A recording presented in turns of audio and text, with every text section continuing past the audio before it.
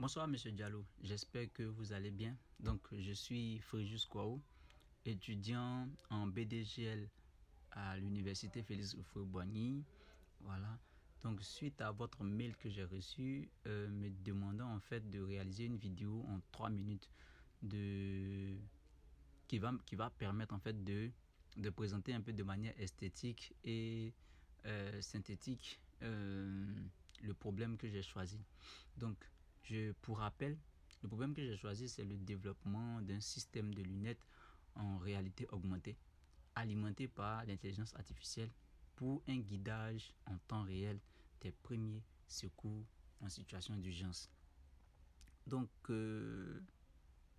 pour ça, je vais me mettre un peu dans une situation réelle, mais je vais quand même vous afficher en fait quelques vidéos, quelques photos, voilà, quelques photos que j'ai selon mes recherches, voilà, pour expliquer un peu.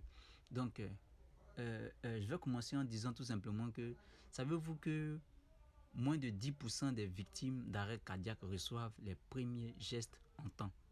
Et si vous étiez, par exemple, peut-être seul, sans médecin à proximité.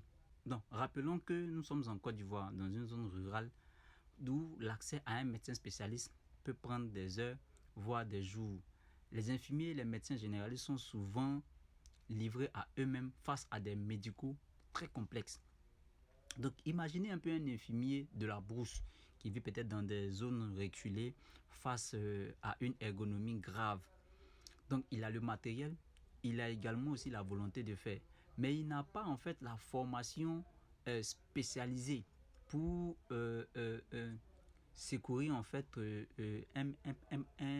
on va dire un patient.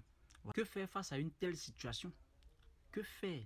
Comment faire pour évacuer ce dernier-là dans un hôpital, mais dans l'hôpital la plus proche? Voilà.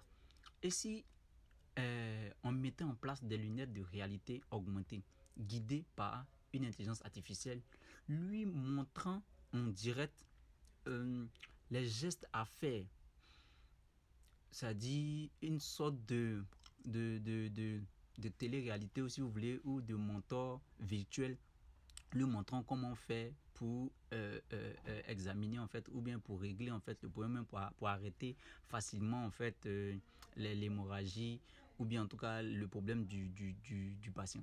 Donc ces gestes là, il n'y a pas d'erreur dans ces genres de gestes qu'il va lui proposer en fait. Donc ça sera en fait un moyen très simple et très facile d'ailleurs même pour ce dernier là d'apprendre et puis de mettre on va dire en exergue les techniques proposées par l'IA. Voilà. Donc, on peut rappeler aussi que c'est vrai que détecter un corps humain en 3D, c'est quand même chose difficile. Mais c'est en fait de se demander comment assurer une connexion stable dans la brousse afin de réduire en fait le coût de ces lunettes. Voilà en fait le vrai défi à relever. C'est ça en fait qui est le vrai défi à relever. Donc, alors, comment concevoir en fait, d'où en fait ma problématique, comment concevoir un système fiable, accessible et fonctionnant hors ligne dans nos zones rurales? C'est le défi de mon projet de recherche. Merci bien, monsieur Diallo.